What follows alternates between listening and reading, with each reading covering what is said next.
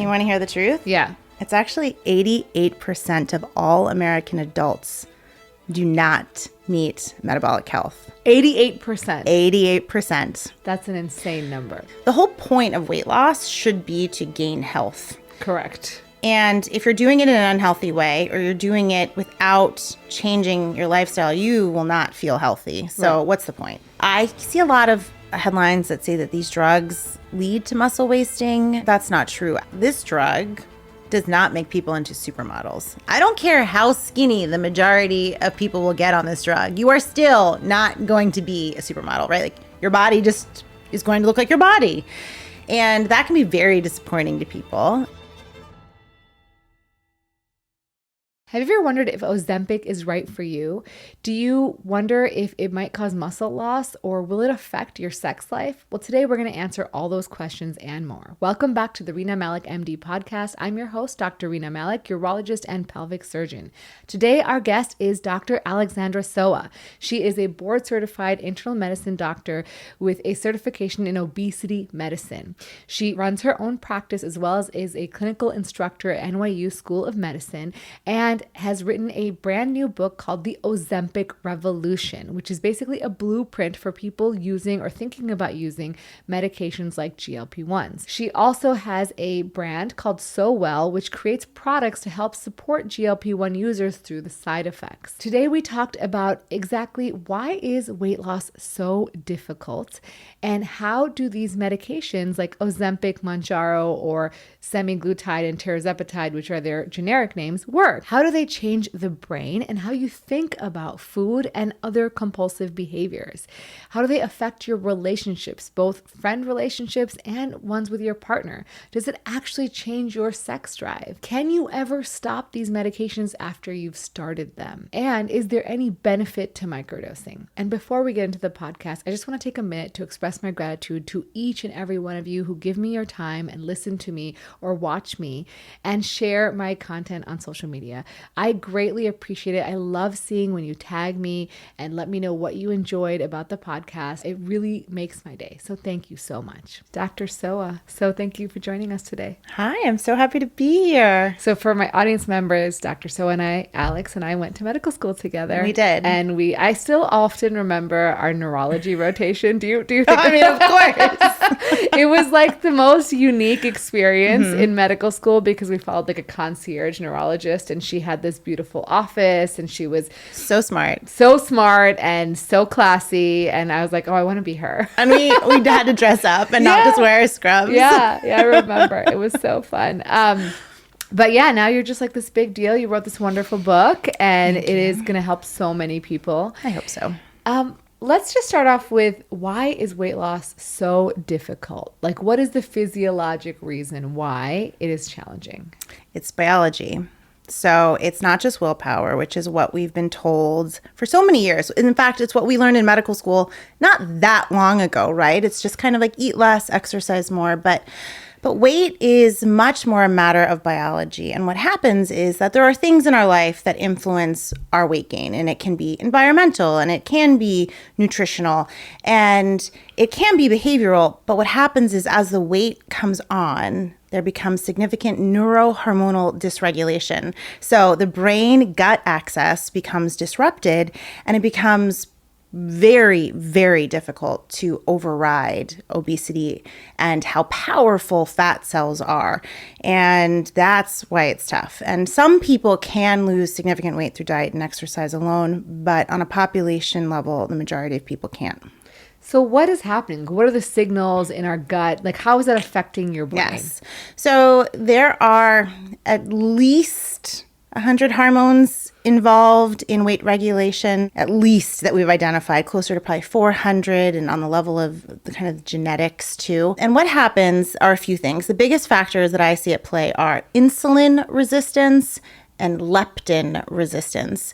And these hormones, when they become dysregulated, They make satiety, so fullness, and hunger become very hard to control. And they tip your body over into taking food and not being able to process it efficiently. And in the example of insulin resistance, when you develop insulin resistance, your body will eat food. You'll create a ton of insulin in response to that food, specifically carbohydrates. And while that sounds like a good thing because the job of insulin is to grab blood sugar, take it out to your body, when we have higher than normal levels, the body says, I don't really want to accept this glucose. Make it even higher. So then you go back and forth negotiating. Meanwhile, your blood sugar is rising, your insulin levels are rising. And insulin is a fat storage and a hunger hormone. So you got these high levels and your body doesn't know what to do with the food that's coming in, storing it as fat and making you very, very hungry in the process. So it's this terrible chicken and egg situation where insulin resistance develops and just makes insulin resistance worse. And we see that with leptin too. So leptin is a hormone that should make us full. But what happens is over time, you actually develop a resistance. You pump out more leptin and you think, well, wait, if it's supposed to make you full, that should be great. But it doesn't work that way. Same way as insulin, it's almost like a damaged level. And we see this when we eat ultra-processed food. Our brain becomes damaged and our pancreas doesn't respond to our gut. And so it just becomes this like very complicated interplay of hormones that make it really hard to just say no to a big plate of food. And more than that, you could really restrict and you could work out all the time, but you can still gain weight because the hormones take precedence over even this calories in, calories out methodology.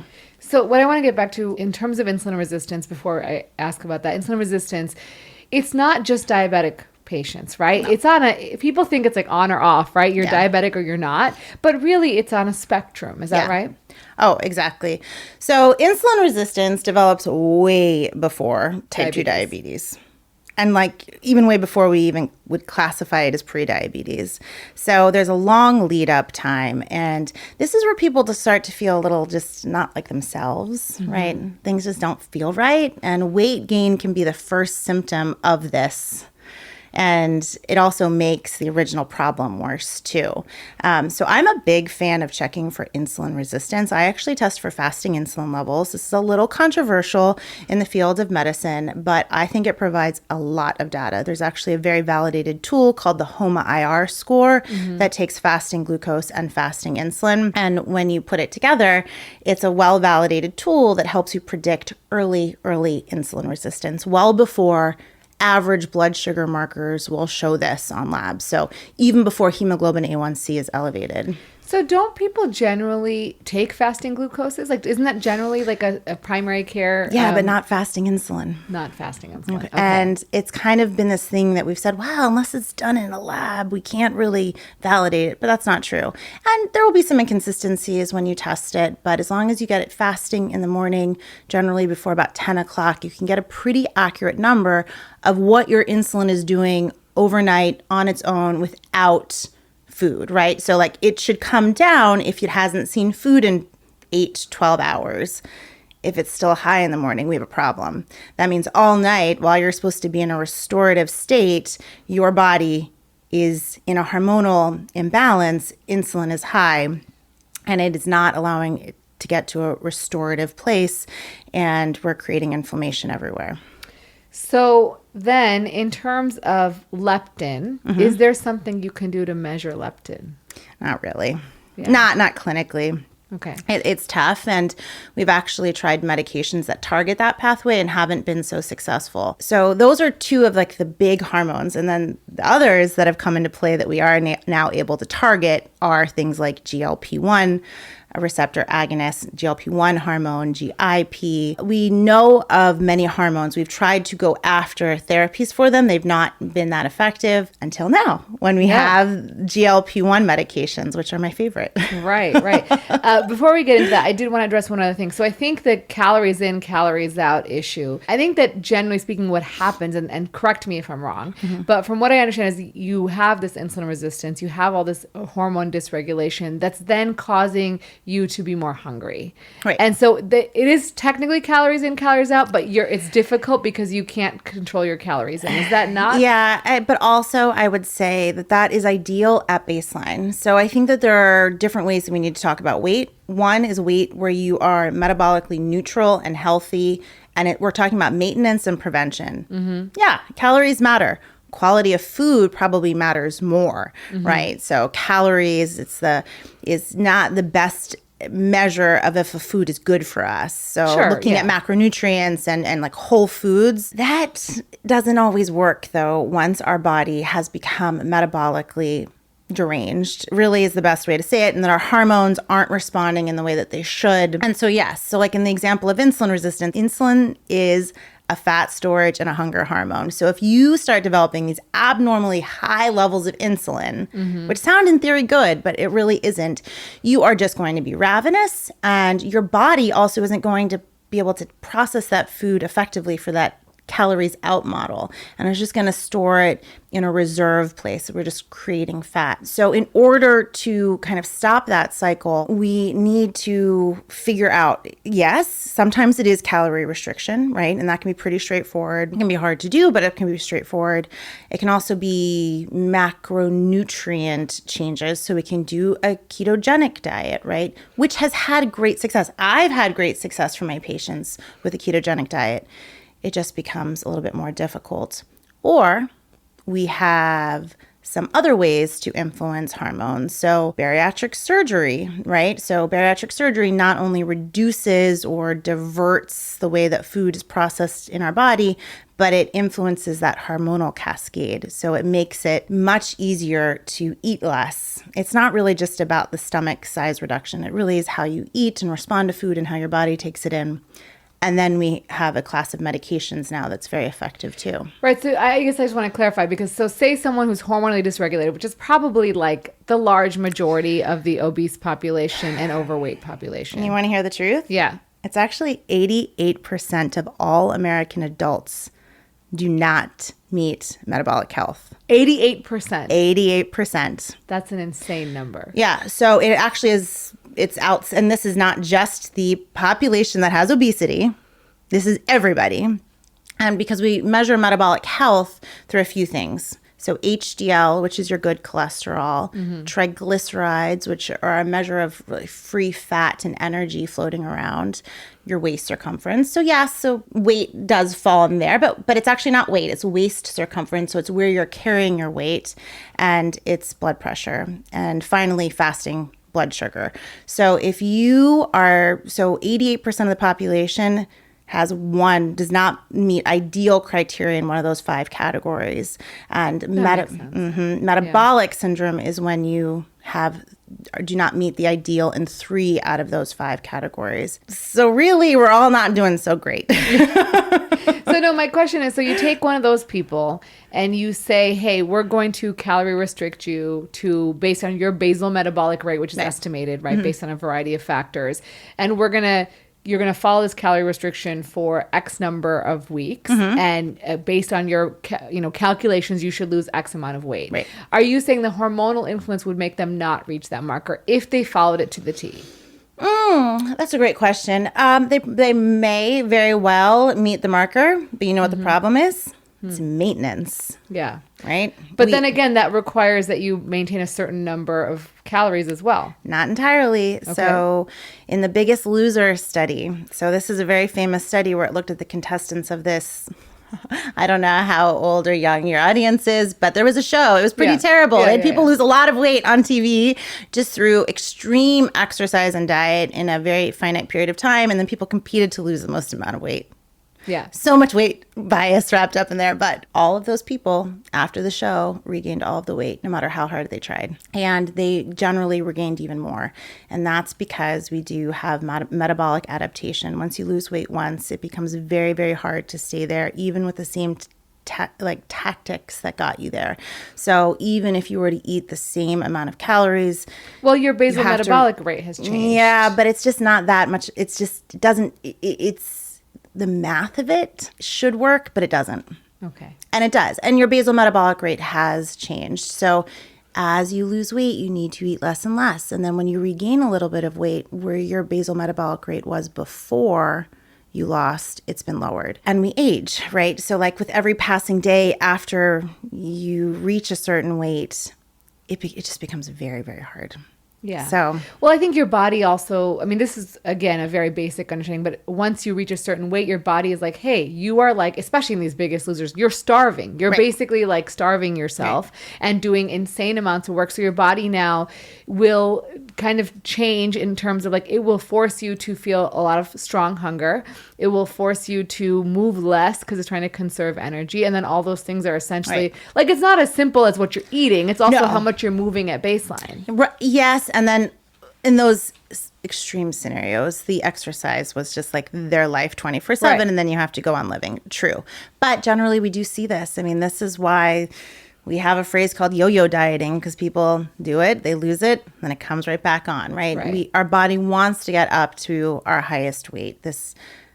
Some people argue that it doesn't really exist, but this idea of a metabolic weight set point, right? It gets very hard to lose and to stay there because your body wants to creep back up. And that is hormones, right? Your hunger hormones will go surging after you calorie restrict, just surging. Yeah. People want to like lick the wallpaper, that's what they say. Yeah, no, I think the reason I want to really hit this home is because I think a lot of people I'm going to hear it all the time. Oh, it's my hormones. And yes, it's your hormones, but that doesn't mean you should like negate all lifestyle changes. Oh, no. I mean, nothing that we've talked about, even these modern medical miracles that we have to help with weight management, they are not magic wands, and you must put in the work on the lifestyle front. I mean, you must do those things, and we'll talk about that, but you're not going to feel well. Like the whole point of weight loss should be to gain health. Correct. And if you're doing it in an unhealthy way, or you're doing it without changing your lifestyle, you will not feel healthy. So what's the point? Right. Are you sick of going to the doctor only to have them talk at you for 15 minutes and leave without knowing exactly why they're prescribing you this certain medication and what exactly the next step is to take to optimize your health? Wouldn't it be great to finally find a doctor who actually listens to you, answers your questions, and doesn't rush you out the door? Well, at my practice, Rena Malik, MD, I aim to do just that. I specialize in taking care of patients who have issues with their sex lives, issues with their bladder, with their hormone health, or are having pain in their pelvic region or with sex. My goal is to give you the time and attention you deserve so you can leave with a clear understanding of your condition as well as our treatment plan that's optimized for your goals. During your visit, I'm 100% present with you for an entire hour. And after you leave, you can reach me. It is super easy to send me a message through our secure portal, and I'll get back to you within 24 to 48 hours. No questions asked, no hidden fees. Scheduling is easy. Just visit our website, renamalikmd.com/appointments. We see patients in both Irvine and Beverly Hills, California, and I see patients virtually in California, Florida, Illinois, Maryland, New York, New Jersey, and Virginia. Oh, and don't forget Texas. If you're outside these states, consider seeing me for an educational visit. I look forward to seeing you.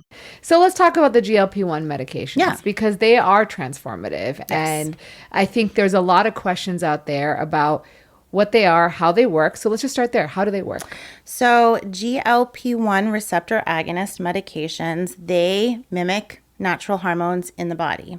Now, they are analogs, so they are synthetic hormones. So they mimic, they are not the same as. And what makes them so powerful is that they have a very long half-life. They last a very long time in the body, much longer than the natural native versions in our body. So GLP-1 is the most famous, and we see that in Ozempic and Wegovy. And then the next most famous is GIP, receptor agonist medication. We see that in combination with GLP-1, and that is tirzepatide, Mounjaro, or Zepbound. And how do they work? So they work on all over the body. Actually, I think this is something that people don't realize, that there are GLP-1 receptors all over the body. The biggest way that makes them the most effective is not actually the stomach, which everyone talks about. It does work on the stomach, and it does decrease stomach emptying time and make you feel fuller. It's actually the brain. Mm-hmm. And that's where we see the biggest impact of this drug, is that it directly influences the way that the brain is feeling, the way that it's experiencing hunger and fullness and thinking about food and thinking about sex and thinking about shopping. It has a very big impact. In terms of its primary FDA-approved indications, it does work on the brain, the stomach, and then it's very effective on working on the level of the pancreas. So it really helps with any insulin resistance we see, but also what it does is it fine-tunes your body's insulin response to carbohydrates and blood sugar. And it just becomes very effective at sweeping up that blood sugar and processing it effectively rather than storing it as fat. And those three things are the biggest way that we see its effect in terms of weight loss and blood sugar regulation. I mean, I think they're phenomenal. There's been a lot of talk on how they reduce cardiovascular disease risk, renal failure. Very recently, I saw some papers on that. In fact, I'll share some data here. Reduces the risk of renal failure by 16%, cardiovascular death, MI, or stroke by 13%, and all-cause death by 12%. Yes. That is insane. I mean, these medications are extremely powerful. So you talked about how they affect the brain. So how does it, and what I've been told from like a friend of mine who started taking it, she said, you know what? The brain chatter is gone. Like all this thought about what I'm going to eat now, what I'm going to do next, what I'm going to have for dinner, like it's just not there anymore. Yep. They call it food noise. Yeah. And that's like that is a term coined by the users. It's like, I don't have any more food noise. I don't think about it. Yeah. I had a patient tell me that I gave her 4 hours of her day back. I was like, what do you mean? And she said, I'm not constantly thinking about what I'm going to eat next. Yeah. Like, how freeing is that? That's amazing. So yes, it really works on the level of the brain, and it just quiets our desire for food. You know, it probably takes us back to more how our brain was before we were introduced to all of the junk food out there, these hyper palatable things that have changed our brain and made it very hard to regulate a normal relationship with hunger and food. And it's what my patients tell me is the best gift. So how does it exactly, what's happening in those GLP-1 receptors in the brain that's changing that? We're still learning about this, but what we do know is it influences the release of dopamine in a particular part of the brain called the nucleus accumbens, and it decreases reward. So food and alcohol and drugs and other addictive behaviors all probably work on the same level of the brain. And so we find that when you have a decreased desire for food, especially when it was like food that was all controlling, we'll see the same thing for decreased desire for alcohol, if alcohol was all consuming for you, or cigarettes, or even drugs. Lots of reports. Maybe pornography. Or pornography. I mean, I have not actually seen that studied yet, but I'm sure it's out there. Well, I would say, you know, probably one is that pornography addiction is not recognized as terms of a thing. There's problematic porn use, and based on the most up-to-date literature, they say like 4% of the population has it, but it's very difficult to study because there's no clear definition. And then, because someone could watch porn for one time a year and feel like they have an addiction because that's too much for them. Yeah. There's a lot of like thought behind what is bad and what is good in terms of like, there's no like, oh, I use it every day, so it's bad. And I use it once a week and it's bad. Like, it's really about how you perceive it. Yeah, but I feel like you could easily study, same can be said for shopping addiction, which is actually something I've heard a lot about this. Like, I don't feel the desire to just like go buy things to give myself a dopamine hit. Yeah. I bet it could be pretty easy to subjectively study this and just ask people if they feel like there's improvement. If they feel like they have a problem. Mm-hmm. Yeah. Or just, has there been improvement? Like, is this something you think about less? Yeah. If you identified that it was too much. Sometimes we do things that we don't even think are problems, but then you notice after on this drug, people say like, I think I was like spending a lot of time, scrolling on Instagram and it's not giving me the same amount of pleasure. Or, I was really truthfully drinking too much at night. It wasn't alcoholism and I could stop, and it wasn't binge drinking, but it just wasn't something that I needed. And now I realize how much I don't need it. So it's this dysregulated dopamine response, and it's tempered with these drugs. And, that can have a trickle-down effect in other parts of your life, but generally we're just seeing positive, positive, positive across the board with its influence on the brain. Just so we're not only being unbiased or unbalanced here, what are some side effects of these drugs? Like what types of, what people can't take them, and then what kinds of side effects are people seeing? Okay, so maybe just even back up, we really only have FDA approval for a handful of things. We're talking about these positive effects and what we're seeing on the brain, but really it's for type 2 diabetes management, obesity management, and now it's garnering some other indications kind of in the cardiovascular space and more to come. Who can't take them?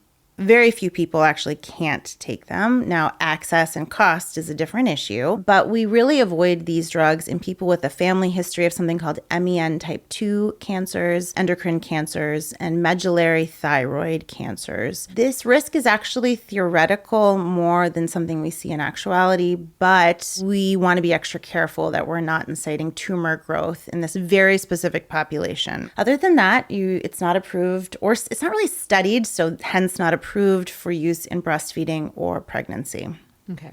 Yeah, that's pretty typical. For most exactly. Drugs. Yeah, exactly. It's like you can't do much. Exactly. So generally, a lot of people can take it. I think the other big thing is like, should the everyday person take it for just like a couple pounds of weight loss? Well, I can very clearly answer that. Just for a couple pounds of weight loss, no. But or 10 or 15. Like they're not maybe very overweight, or they're slightly overweight, or they're at the high level of normal and they just want to lose like 10 or 15 pounds. Let me give you the textbook answer, and then I'll tell you where I think this whole conversation is going. So the FDA says that for weight management, you very clearly need to have a BMI of 27 or greater with a comorbidity, so some health issue related to excess weight. And honestly, in the majority of people that come to me with excess weight, I can find something. Or just straight up, you're totally healthy, we can't find a single thing wrong with you, and you're just overweight, then a BMI greater than 30. BMI is not a very great tool really to tell us about metabolic health. And so body fat is actually a better indicator of health and need to potentially lose weight. I also think that we are seeing such tremendous benefit that maybe in 10 years we will start bending the rules on this, and when cost comes down and longer term studies for just prevention are there instead of treatment, we might be using these medications in a different way. And some people might say, actually, I know my family history, and I know what 5 or 10 pounds is going to lead to, and all of the risks of taking these meds are less than the benefits for me, and so we'll consider it.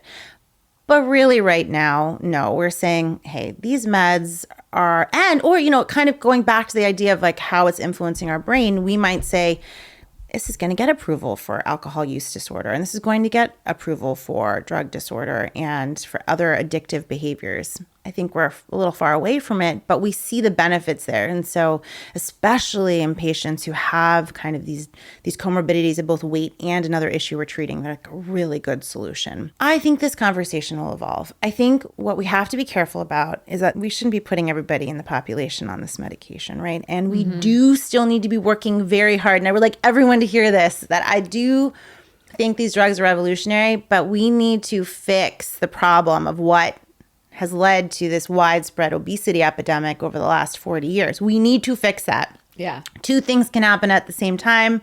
I do not think we just have to throw these to the side and say, we'll fix the food system and we'll fix our ecosystem of what got us here. I don't also think we should just put everyone on this medication, right? We have to allow the world to kind of like recalibrate here. And we can do that through improving our food sources and really educating and changing some of our recommendations, because we've been a little upside down in some of our guidance for like years, decades. Yeah.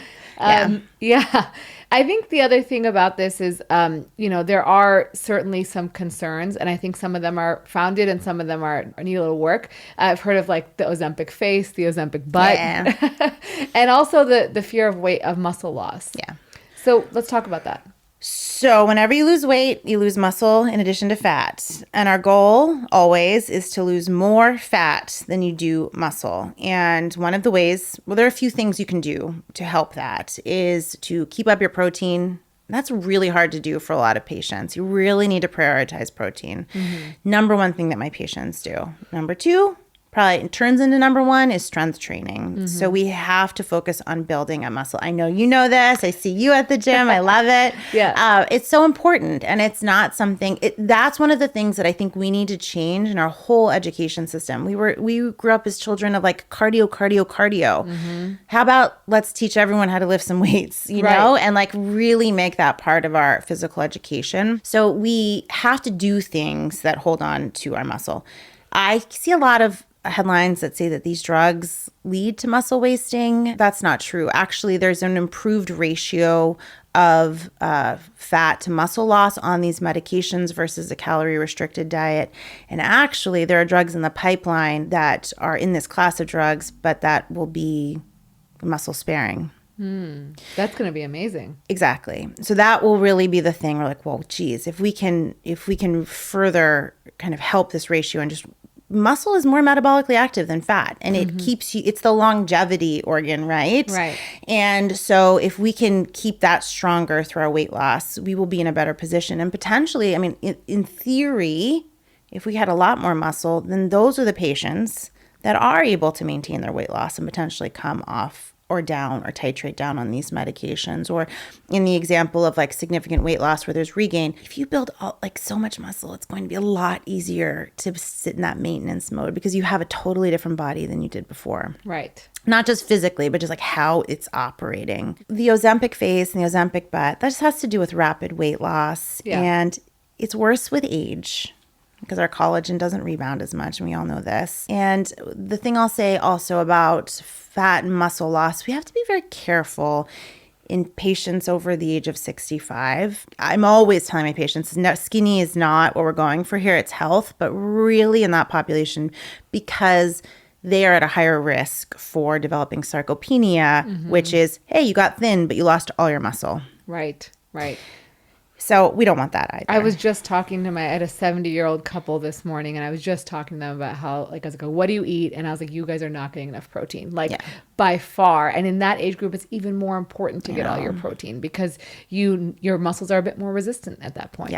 Yeah. And to go to, my grandfather's 94 years old, still does his exercises. It might not look like the exercises you did when you were in your 40s, but you've got to lift some weights. You've got to do something that has resistance and keeps you active. Quick break from this episode to let you know I am so grateful that you're spending part of your day with me. I started creating content online to empower people to learn more about their bodies without needing to go see a doctor, pay a copay, wait in a waiting room, or find parking.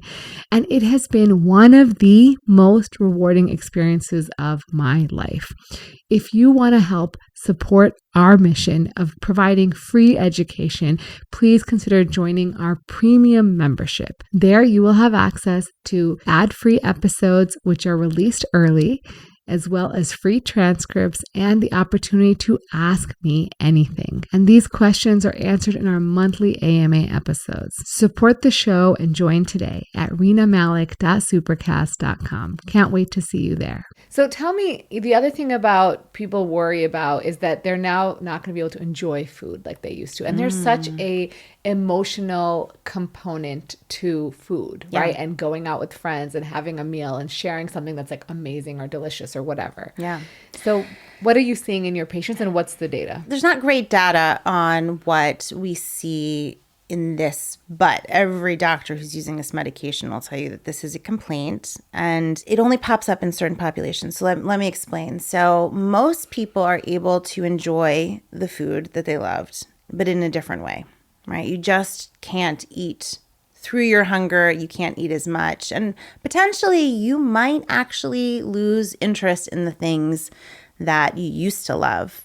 But maybe that food doesn't serve you anymore. So maybe like the fried food, it's like kind of turns your stomach. Or some people lose a taste for coffee. And that's actually a common, it's not really a complaint. It's just an awareness. Like I just don't crave my coffee as much. Or alcohol. Like the taste of certain things change. And we actually know that the taste buds of GLP-1 users change on a genetic level very quickly. And so we do know that they crave less salty, less sweet, less calorically dense, less ultra processed foods, which we're seeing reflected in shopping behaviors at the grocery store, right? Yeah. I mean, like the big food giants are kind of freaking out because people aren't buying as much of the snack foods and, hyper palatable foods as they were. So things change. I think the complaint of I can't enjoy food in the same way is a little different. So in that case, I think people find the ones that feel it were using food as an emotional crutch. And it was less about the taste of the food and more about how it made them feel to eat this thing or eat this much of this thing. And that can feel sad. And I call it in my practice anhedonia, like a dampening of pleasure, kind of like a lack of pleasure. I find, and it's not depression then when I identify it, but it's like a longing. It's almost like, okay, I'm going to mourn that and I have to figure out what else to do to make myself feel alive in that way again. So I actually give this as homework to my patients. I'm like, what did you do as a kid? Like, what did you like to do to unwind? As adults, we unwind a lot with food and alcohol. Yeah. And when you take the ability to enjoy those things in excess away, there can be a temporary mourning period. And so you have to fill it. And a lot of people will be like, okay, I'm a person who works out now. And I have people who turn to like hobbies, like I'm going to put together a Lego set with my kid. I'm going to paint again. I'm going to garden. I'm going to have space to do the things that were crowded out by behaviors that probably in retrospect weren't serving me. But in the short term, as I'm figuring this out, it can feel a little like a loss. So I can imagine that this would also change your friend group and potentially your relationship. I mean, does it ever? Yes. So I see changes in both the platonic and romantic relationship level. So yeah, if your friends all just go out and drink and eat in excess and all of a sudden you don't actually want to do that, that can be very confusing and it can be sad and it can be lonely. So I actually do this on my intake. I kind of ask people like, what are you doing on the weekends? Like, what are you doing to like unwind with your friends? How does your spouse eat? What does your boyfriend like to do? And if it's all about food and alcohol, I'll set them up like right away. Like, okay, we've got to troubleshoot this. And can you have a conversation ahead of time with this person that like, maybe let's go bowling. Like, let's go do something else. Different. Like have a game night instead, Let's go to the gym together. Yeah, exactly. So I think people need to be aware that these relationships can change. And, romantically, I always do an intake about like, what's your relationship like? Are you going to share that you're doing this, you're starting on a new journey, on a health journey?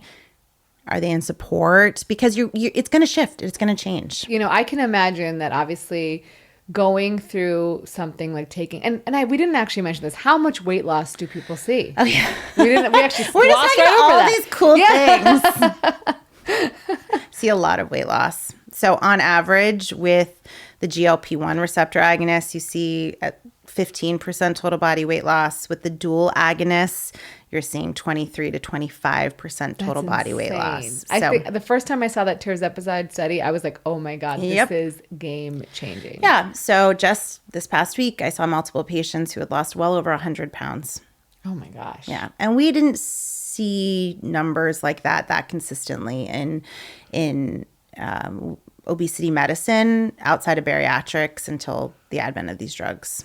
That's insane. Yeah. That's an amazing amount. So I can only imagine that one, your body image changes, right? And I will tell you, I never was like very big or very small, but I did lose some weight when I was in fellowship. And I remember the first time I went out after losing weight and people would like approach me and talk to me. And it was a very different experience. Yeah. Like, I was like, oh, like people didn't used to do that. I mean, granted, I didn't go out a lot and I often had a boyfriend or a partner, but I was like, wow, this is a very different experience. And people just treat you differently when you've lost weight. So one, there's that, but then two, like, how is your partner treating you differently, or are you feeling differently about your partner? Yeah.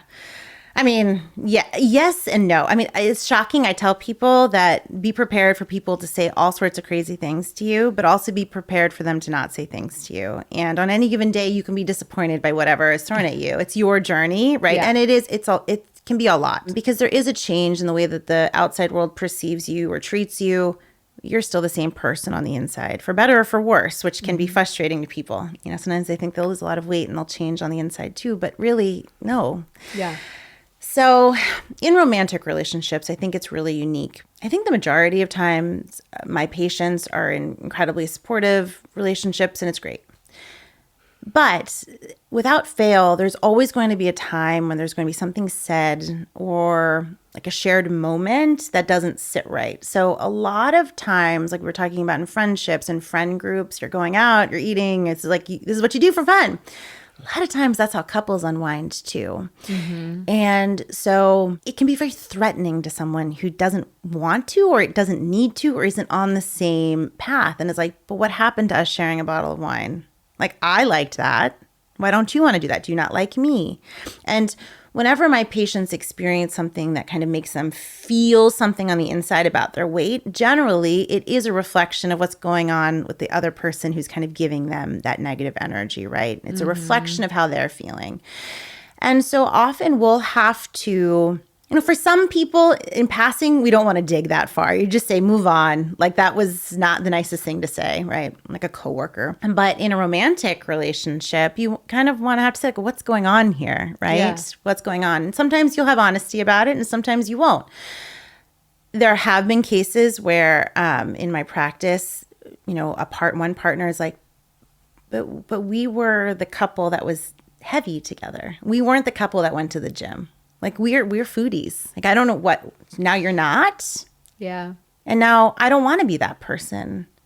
And so that can be just kind of earth shattering, right? Because the agreement of your relationship has changed. And it can influence sex, right? And marriages can be rocked. We have some studies after bariatric surgery, actually, people who lose more weight and have increased libido and their partners don't match that now. It's like a different relationship, 2 times higher rates of divorce versus the average population.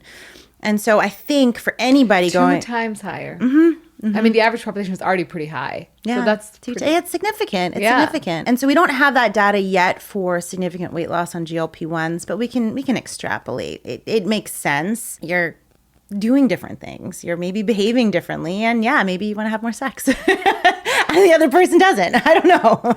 That's interesting. You know, I mean, so I talked about this the other day with Mike Israetel. He's a doctor of exercise science and also a fitness influencer. And he was saying how he notices when he trains people, when they lose a lot of weight, their libido goes up.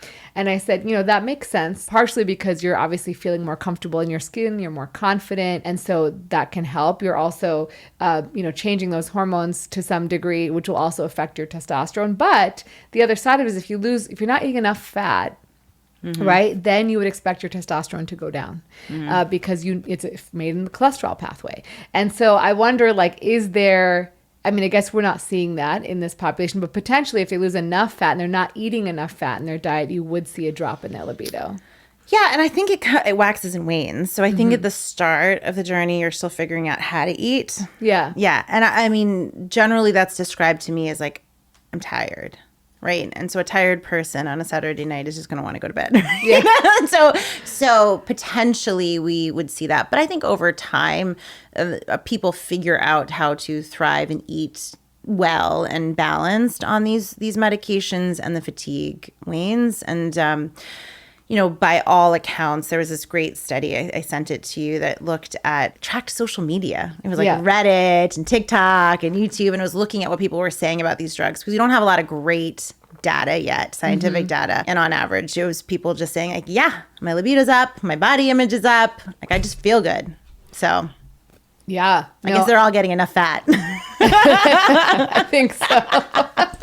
I mean, I think there's something on like what proportion of your macros need to come from fats, like 20% or 19%. So it's not a lot. No. You don't need a ton. If you're eating protein, Yeah. the amount of protein I want you to eat, you're getting that fat in. Yeah, absolutely. no Because there's no protein source. There's very few protein sources that don't have fat. Exactly. I think the other thing is interesting is like when you're like, how do you take your partner on that journey with you, right? Like, are there couples that you see together? And there are. Yeah. I take care of like whole families, friends groups, couples. I keep all of like the medical care separate, but it's like I started this, I'm feeling great. Now my husband wants to join, right? It's the needs are different. And I'll tell you something about specifically it's for men and women both. Maybe potentially I see it a little bit more in women, but as we shed weight, like there are emotional needs that become uncovered.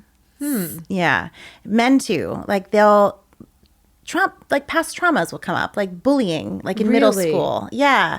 Or like potentially I felt rejected in college because of my weight. Or for women, now they're seeing attention for the first time in their lives with their body, and it makes them feel uncomfortable. And so I think it's really good to have someone that you can share that with, right? Who's the person you're around most of the time? It's your partner. Yeah. And to be able to say we're on this together, like the highs, the lows, and then also like I'd like to share some of what I'm feeling. And hey, I've known you for a long time. I might not have ever told you this, but this is what I am dealing with today, right? So interesting. Most people day to day aren't thinking about these things, but it'll smack you out of the blue. And that's what I'm always telling my patients. It's like once you get to the weight loss emotionally, that's just the start of it, because there will be a moment 6 months after maintenance, a year, 2 years, where you start to doubt what you've done or kind of how you feel in your body, and you'll have a reflection of a moment in the past, and that's life. But I do think it's heightened in this journey of massive transformation, both inside and out on these medications. Do you feel like that someone who has been big their whole life ever feels skinny? No. Yeah. No. I was just having this conversation earlier and I was like, I don't think you ever do. I remember when I lost weight for the first time and someone said I was skinny and I was like, no, I'm not. I was like, what? I was like, no, I've never been called that. Yeah. I work really hard with my patients to actually not use that language. So skinny, fat, we're very body neutral. Of course, we use those language. We use that in our daily life. But what I want people to, when they feel that, is like, okay, but I feel good and I feel strong and I feel healthy now. Even when they get that comment, they're like, it doesn't matter. I don't care if I don't identify with whatever you just told me. I feel strong and healthy. There's so much wrapped up in our society about how we perceive our bodies. And even the most like body positive person will have days when they're like, ugh. Mm-hmm. Or if they have moments in their life or a comment that came from grandma when they were 7 and it'll be, rehashed. And losing a significant amount of weight just kind of opens up those wounds. Yeah. The insecurities. And I think it's really important to be aware of it. And I talk a lot about it in my book about kind of the things you need to watch out for that are past just the basic science or how to eat or how to exercise. It's like how to think, because our brain can often be our biggest barrier to long-term success on these drugs, because it'll come in and say, well, you're not skinny. Why is she saying that? You're never gonna be skinny. Why are you doing this? Right. Right. And just give up now. Which is exactly. Which is like the most common thing, I think, is right. We very quickly are like, this isn't working. Let's stop. Yeah. And I think the nice thing about these medications like Ozempic and tirzepatide and Mounjaro, like, is that they can help you along the way because you get a very quick result, at least quicker than you would with diet and exercise alone. And it doesn't feel like you're white knuckling it, right? Yeah. That's the thing, is it works and you can still go on and live your life. And it gives you that little bit of, I hate to ever say the word willpower when it comes to weight loss, but it actually gives you willpower to do those things that you always knew you needed to do but couldn't get the energy, the focus to do. And because you're not thinking about food all the time and because it is working, you're like, okay, I can get to the gym. I can do this. And so it really kind of propels people onward. But at every step of the process, every single patient of mine will doubt it. 10 pounds in, Dr. Sowa, it's not working. I'm like, what do you mean it's not working? They're You like, lost I know symptoms. it's going to stop. It's going to stop tomorrow because it always has. I'm like, I think the trust me. patients that show up to you and who finally go see an obesity medicine specialist, they've been yo-yoing for years, Totally. right? Decades. And so it's hard for them to believe that something's going to work. Absolutely. It's all those past traumas that come up, right? They come up in the first 10 pounds. And then I tell them to trust the process, and they do. And then that same thought that this won't work will come up again, and it'll come up again. So let's talk about, when does it end, right? Are you on Ozempic, let's say, for the rest of your life? And are there people who are able to get off it? I mean, we know there are, because there's a really high discontinuation rate. In fact, I read a study where it was like 50 to 75% of people, a real world estimate, will stop within the first year. Yep. So high. I couldn't believe those numbers when I saw them. Do you need to stay on it forever? I mean, that is the big question. And for the majority of people, the answer is yes. And so when I start anybody on this medication, I am very clear that although about 10 to 15% of my patients can come off, and that's really high compared to what the studies show, the majority will have to stay on it. So it is just, we are giving you a synthetic hormone that is far more effective than the natural hormone in your body, and it works, it's much more powerful.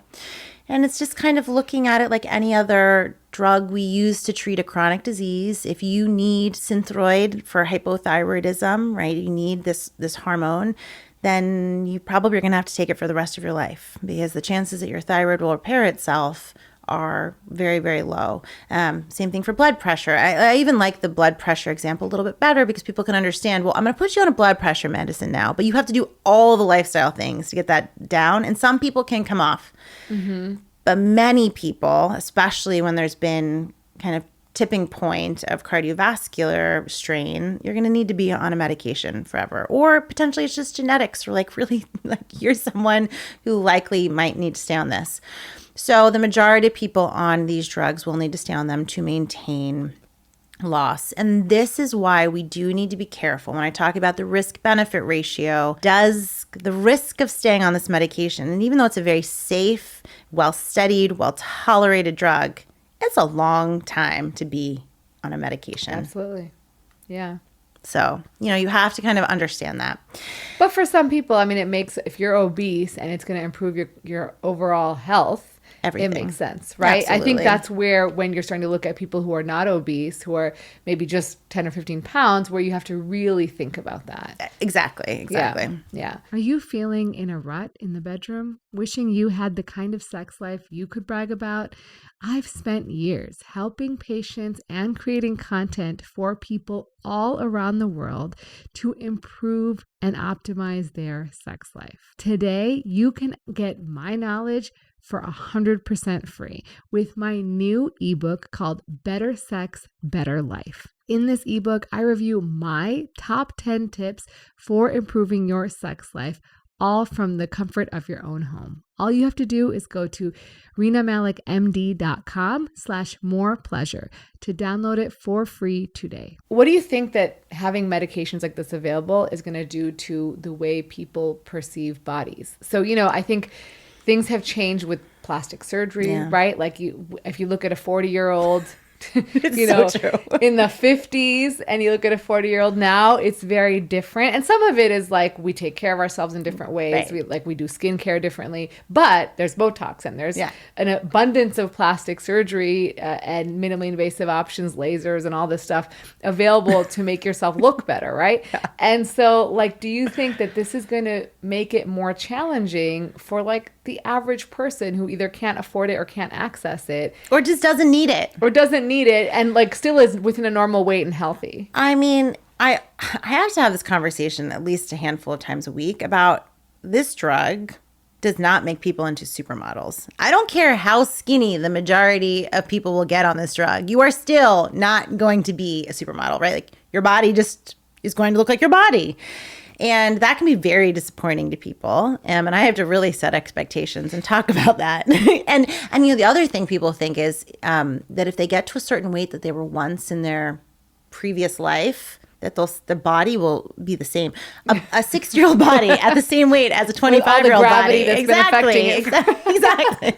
So I I don't know how this will shape. I think we have to be very careful about its vanity use, especially in younger populations, because we need, one of the ways we talked about that equilibrium, we're talking about how we still need to fix our food ecosystem, and we need to prevent obesity from evolving. Mm-hmm. And we need to bring these numbers down even without the aid of GLP-1 medications.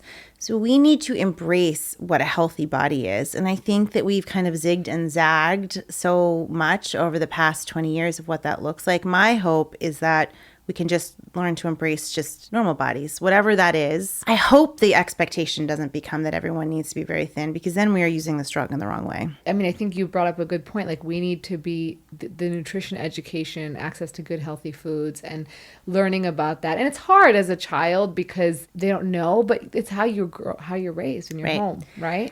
And my theory is that these drugs are going to help us change obesity on an epigenetic level, right? So we have genetics at baseline. That doesn't change generation to generation, but epigenetics does. It's the layer on top of genetics. And children learn how to eat in the home. Now, if a parent's taste buds all of a sudden change and they're able to shop in the periphery of the grocery store, in the whole food section, not focused as much on what maybe they were brought up on, which was ultra processed food, maybe we're able to make that generational shift right there in the home, and that we influence the epigenetic changes that were already happening on a population level. I think that's one of the most thrilling things about this drug. My hope is that in 2 generations, we really don't need it like we need it now. So I think that, let's not look at this as the evil thing, and let's embrace it in our home. We can teach our children. We also need to hold corporations to a much higher standard of how they're packaging our food. I mean, let's talk about the microplastics. That is really influencing our hormones in such a negative way. And we need to become better educated about what is safe, right? Kind of go back to basics, and we all have to be reasonable.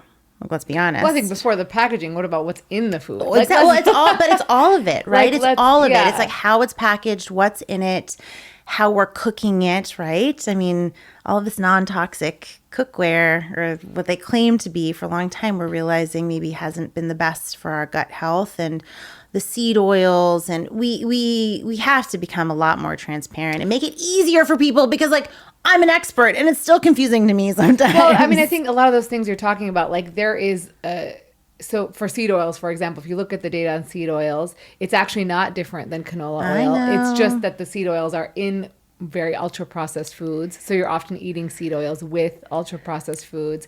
And microplastics, we have it, everyone has them in our body. So it's a matter of how can we reduce our exposure at this point? You're not going to get rid of it completely. No. People are moving to these different areas to get clean air and clean water and clean away from microplastics. And it's not realistic, and it's right? Still it's there. in our air. it's still everywhere. Yeah. So, I mean, I think I'm very cautious on, in general, to be these are the issues. I do think we can change the foods we put in our mouth. And if we don't buy those foods, those corporations are going to go away, right? They won't have any money. Yeah. So, I mean, we have the power in that way. And they make it so that we're so addicted to it. But right? maybe Ozempic will help. Exactly. I think it will. And that's where we get to change on a big societal level. So it's not the enemy. We have to do 2 things at once. Right. Good. I'm glad you feel that way. Let's talk about, people are talking about microdosing Ozempic. Yeah. So does that work? And is there any value in it? Are the side effects much less when you microdose Ozempic? My problem with microdosing is that I think the concept is one that's rooted in weight bias. So I think this idea that we'll just take less of it is truthfully the brain's way, and it's an influencer's way of saying, I know better than science, and if we're just taking a little bit, it doesn't really count. Right? I really do think the brain is so powerful in this journey, and this is what I've seen over and over again. And the patients who come to me and say, well, can I just take a tiny dose? I'm like, well, what do you think that's going to do? Well, I don't know. Then I don't really need a full dose, do I? Well, then that's a conversation we have to have, right? Yeah. We actually have studied these drugs at smaller dosages. This is how That's how they find the doses. That's how They're you find the dose doses. finding studies. Exactly. Yeah. So microdosing has been studied and turns out it doesn't really work. So that's why we've set doses where they are to get to the benefits that we have FDA approval for. With that said, I have patients who have to go on alternate dosing schedules. They do well spacing out the medication. That's not kind of the routine dosing. I have had patients really never escalate past a starting dose, which is not what the studies show at all. Mm-hmm. I actually am fighting with an insurance company right now about tirzepatide because they're demanding they will only pay for it if I go up to the next dose level. That's insane. Oh, I see this quite commonly. So do I call the starting dose microdosing in that case? I guess. But I think that we have to be careful of what are we doing this for? It's kind of back to this concept of risk benefit. If we're not getting the full benefit, then why are we on the medication?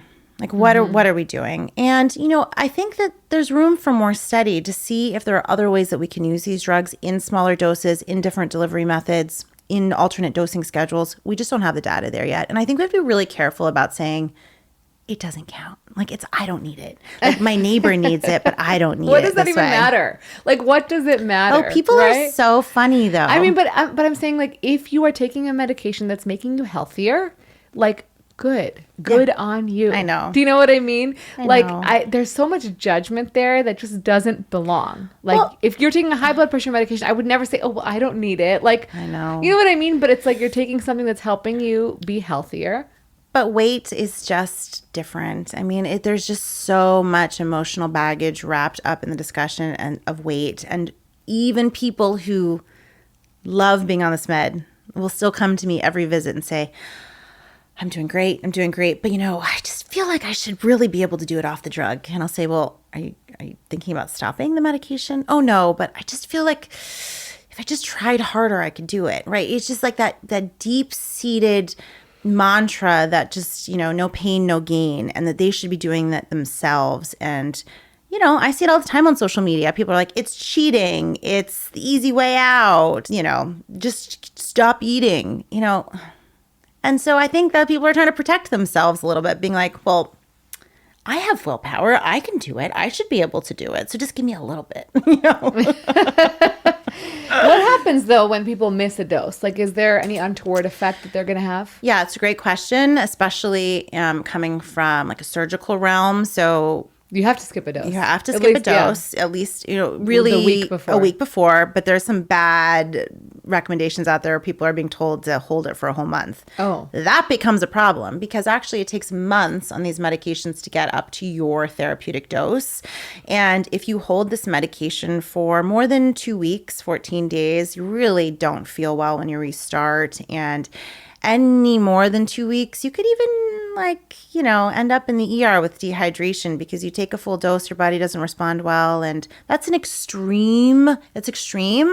But if you're so nauseous that you can't keep down water and, you won't feel well. So I don't like for people to skip because the routine is part of the habit and it's part of what makes your body feel well and how you tolerate it.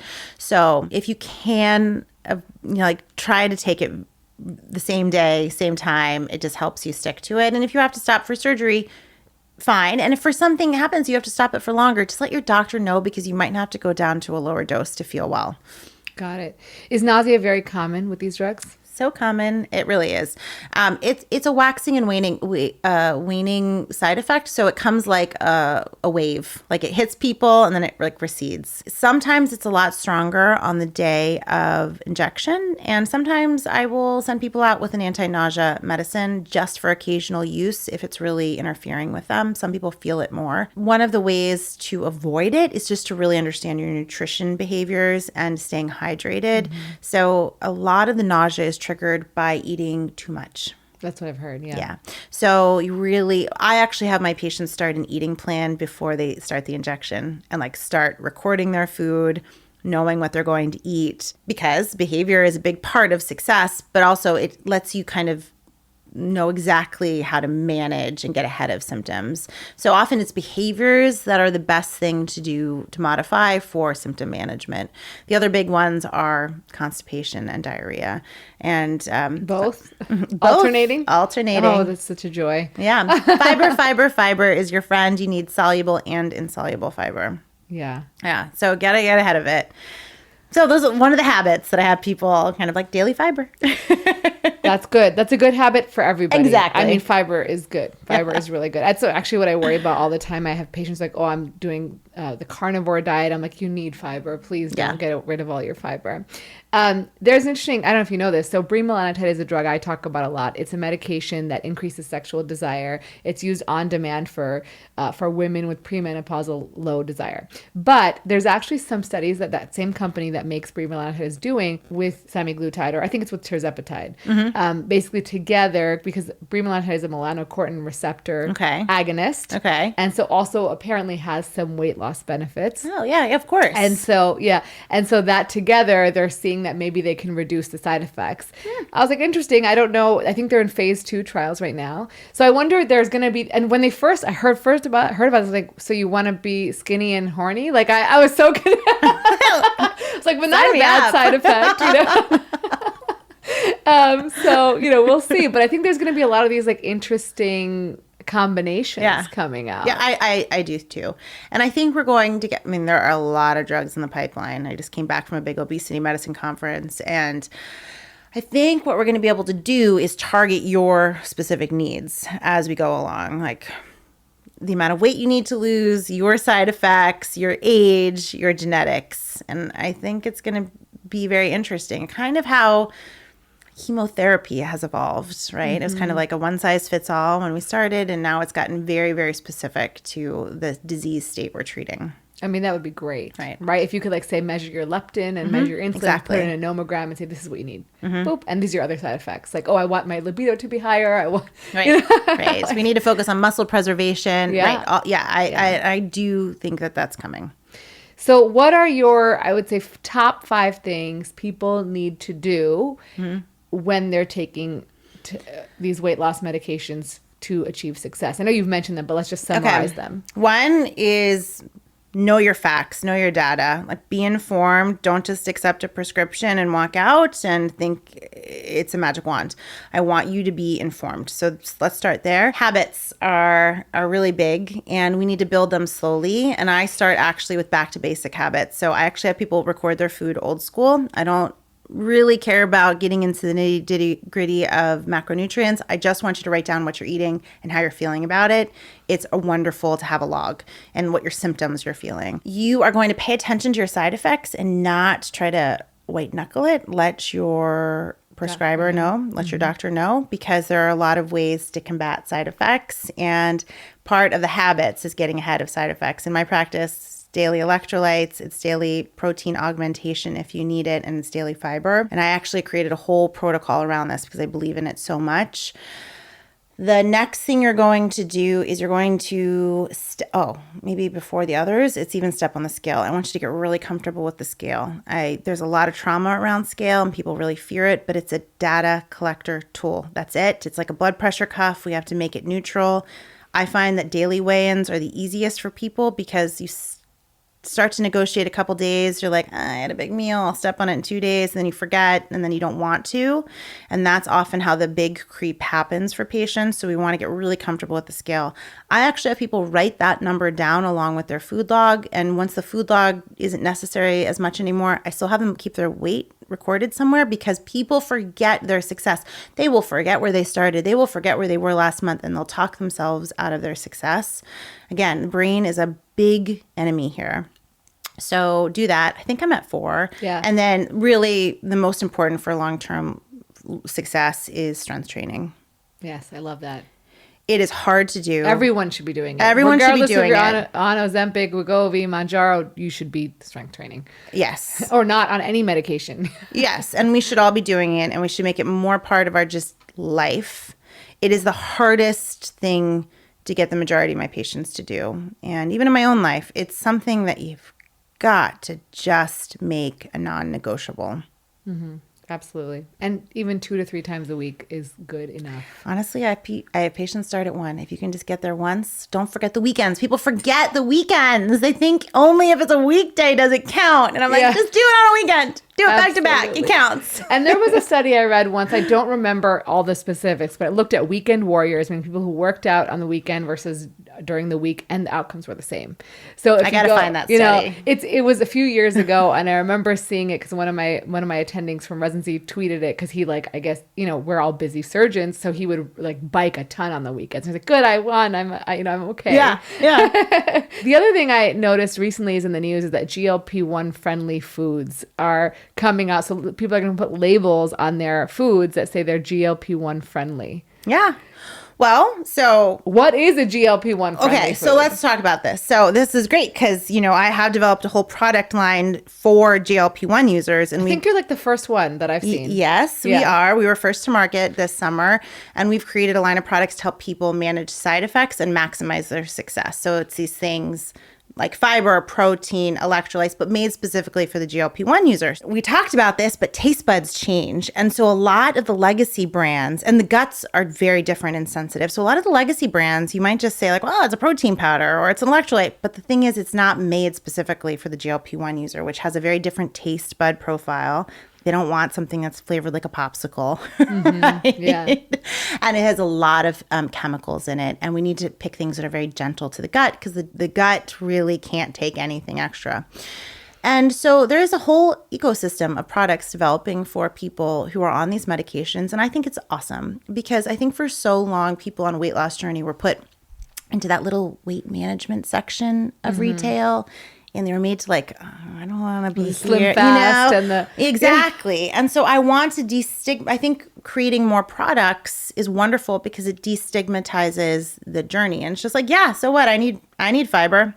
I don't need, my grandma's old school kind that, is like bright orange, but I'm going to take something palatable and it's going to help me. I think what's dangerous, though, in this ecosystem of products that are developing is foods that are being marketed toward GLP-1 users but are still hyperpalatable. Right. So there was a great article in the New York Times a couple weeks ago about this, about people who develop foods for these large corporations are now developing foods for GLP-1 users. And there was a question posed, could you develop a product that could undo the effects of GLP-1? Could you create something that someone could eat through?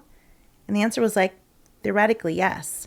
So I think we have to be a little bit skeptical too. I think, a couple of years ago it was keto and everything got a keto label, low carb. And anyone who really understood low carb would be I'm sorry, that's not really low carb. You just put a bunch of processed fiber and sugar alcohols in here, so the net carbs look low, and you could market it on the front as that. But when you look at the nutrition label, the carbs are 50 grams of total carbs. That's not keto, right? And the whole point of eating lower carb is generally to get less processed food, and then you eat all these processed foods. So be careful about that. But I do also, in that same breath, I do think that GLP-1 users still need some convenience foods because you need to be able to remember, you forget to eat a lot of the time. You need to have something on the go. So it's better to have something that's created for you.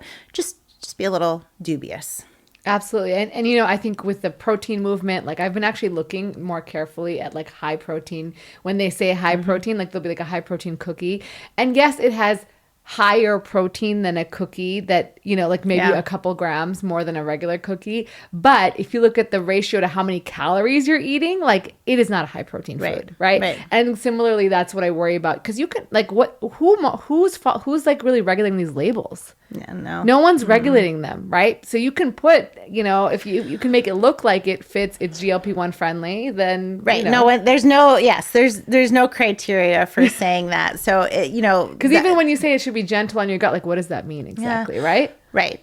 So I have criteria of the things that I tell my patients that are good for their guts and things that aren't going to be bloating and don't create further destruction of the microbiome. But anyone could put a label on it right now on the front. And that's the thing that we have to be a little concerning about. But I also think we also should celebrate the fact that we are 3 years ago, nobody would admit that they were on a weight loss drug. And now people are like, yeah, you too? This is great. Look, I've got a product made just for me, and I don't have to feel like I have to hide this. And I think that that's wonderful. Yeah, I agree. So we end our podcast with questions we ask everybody. Ooh, okay. And this could be about weight loss. It can be about your personal life, whatever. Yeah. So what is something you know now that you wish you knew earlier in life? I think you just have to trust the process. So I did have a mentor once at Johns Hopkins who told me, like, just keep working hard and just go with the flow. And I have always taken that advice, but I might not have always trusted it. And I'm probably worried a little bit too much. Yeah, trust the process. It's really hard to do. It really is. It really is. But I've always worked hard, and I've ended up in different places than I, imagined I would have 20 years ago. Exactly. We knew each other back when we both had different goals, and now here we are. Totally. So yeah, very. And also strength training. Yeah. That's what I tell all my patients in their 20s. I was like, make this the habit now that you never, ever stop. Be the person who identifies as a person who goes to the gym every day. I know, it's changed my life. And I wish that would have been me. I wish it wouldn't be such an uphill battle to be that person. I will say that I think once you realize you're stronger than you think you are and you can lift heavier than you can, it becomes like this, what's my goal? What am I going to do today? You know, like it's exciting. It's like a little game you play with yourself. But maybe I'm just crazy. What's a non-negotiable, something you have to do every day? Sleep. I need a lot of sleep. Right now, I have an 8-month-old baby who doesn't love her sleep as much as I do. So I have to negotiate a little bit. But generally, I'm someone who actually gets upwards of 10 hours of sleep, and I have 4 kids. 10 hours? Mm-hmm. Oh my God, I'm jealous. Sorry. I need it so I trust my body and I listen to it. Not every night, but I can thrive there. That's amazing. I don't think I can sleep 10 hours. I mean, I there have been occasions where I can, but I usually wake up around. Yeah. I think I'm like, in an ideal world, I'm like an 8-hour sleeper. I never get 8 hours, but that's an ideal world for me. What is a life hack or health hack you'd share? I put frozen spinach into a lot of food for my family because it is easy. I buy it in bulk and it defrosts quickly. That's my life hack. That's a good one. My husband used to, when the kids were little, he would mix, he would puree veggies and put them into this tomato sauce and with the pasta. And they never knew. They never knew, and they ate them, and it was great. Throw it into quiches, into eggs, into the tomato sauce, and everything. Zucchini is another good one. You can grate zucchini into anything, and it doesn't taste like anything. If you couldn't be a doctor, obesity medicine doctor, an entrepreneur now, because you are, what would you be?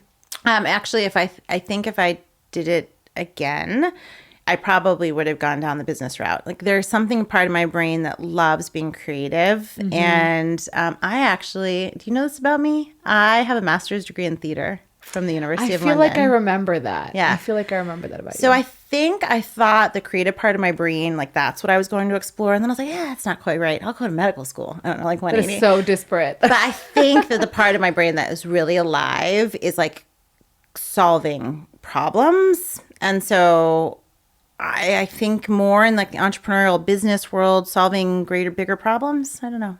But I get to do that in my practice anyway. So maybe it all just worked out. Would you have worked in theater? No. I tried. I mean, I was like, you know what? I don't love this as much as everyone else here loves this. I don't have as much passion for life. But I followed that goal with that, I followed that path. I went there. It was fascinating. It was really interesting. I wrote my thesis. I had to write a thesis there on the use of theater and media for health prevention, specifically HIV/AIDS. And so cool. I always had this interest in education through, really what you're doing now. Through media. Yeah. So cool. You've written this wonderful book. Where can people find it? Everywhere where books are sold. It's called The Ozempic Revolution. Yes, The Ozempic Revolution. It is out January 7th with HarperCollins. You can pre-order now or whenever, if this airs after January 7th, buy it. So it is a comprehensive user guide. So it takes everything I've learned in my practice as an obesity medicine doctor for over 10 years using these medications well before it became mainstream.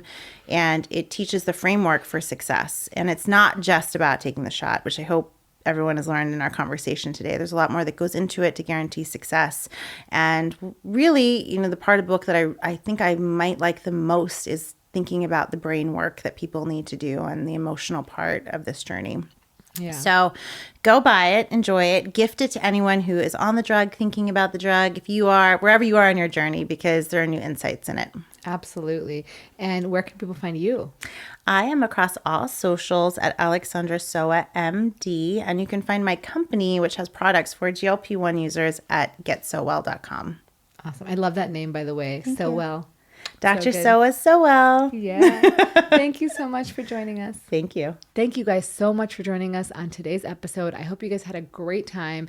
And remember, if you are enjoying the podcast, please do me a favor, leave a rating or review on Apple Podcasts or Spotify so we can reach more people each and every week. And as always, remember, take care of yourself because you are worth it.